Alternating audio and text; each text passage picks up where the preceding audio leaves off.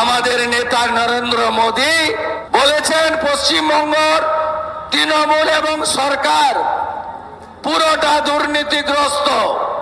आधा आदमी जेल का अंदर है, बाकी आधा आदमी मेरा तीसरे टर्म का बाद जेल में चला जाएगा।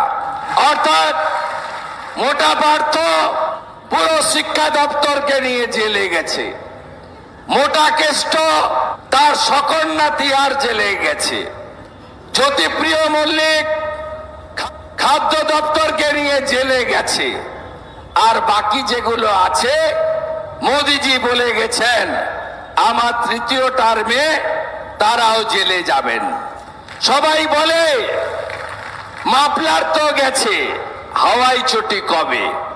আমি বলি অপেক্ষা করুন, মাফলার যেখানে গেছে হাওয়াই চটিও সেখানে যাবে।